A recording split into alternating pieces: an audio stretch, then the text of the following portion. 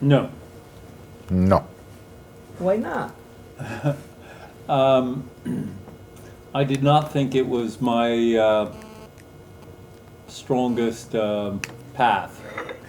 No, I'm very happy with the job I have, and I expect to continue it until I die. My memoirs would depend on saying a lot of things that I have learned in confidence from the writers I represent.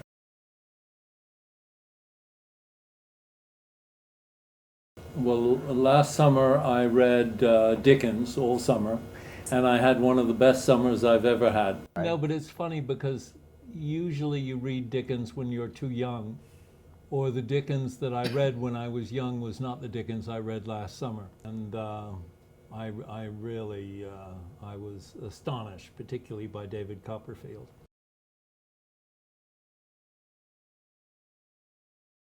I think my judgment has been better trained more recently than it was when I was young.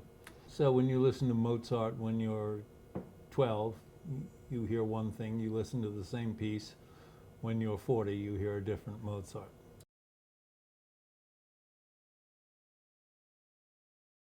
I think it's a if I understand the question, I think it's a matter really of training. And I've been in training for 36 years. I've been reading with an eye towards representation and presentation of the work for 36 years. I think I'm better at it than I used to be. I think I know more about it than I used to know. I think I get a deeper pleasure than I used to get.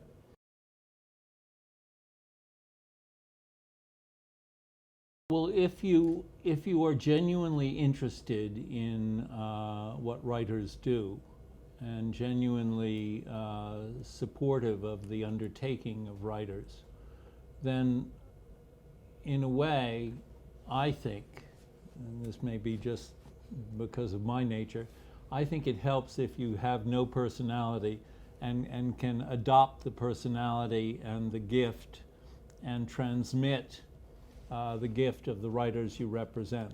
So it helps to have no personality. I mean, we are like heart surgeons, and the writers are like prisoners who are always having a heart attack. And if you're having a heart attack, you don't want the surgeon with the greatest personality, you want the surgeon with the greatest skill. So I want to be the surgeon with the greatest skill.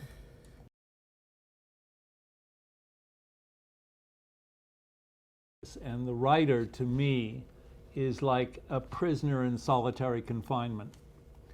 So for you to expect a person who has been in solitary confinement for 3 years to walk out of his room and behave like a normal person is unduly optimistic.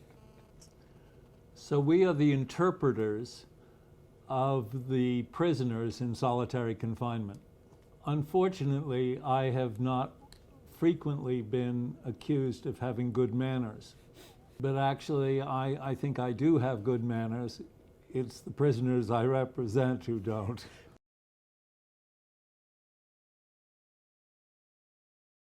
Yes. Oh, I mean, I've been aware of it. I don't pay any attention to it, so it all goes away. It's you know.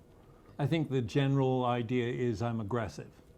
I work for people in solitary confinement. What do you expect me to be? I'm a gardener in the estate of the writers I represent, who unfortunately have been arrested and placed in solitary confinement.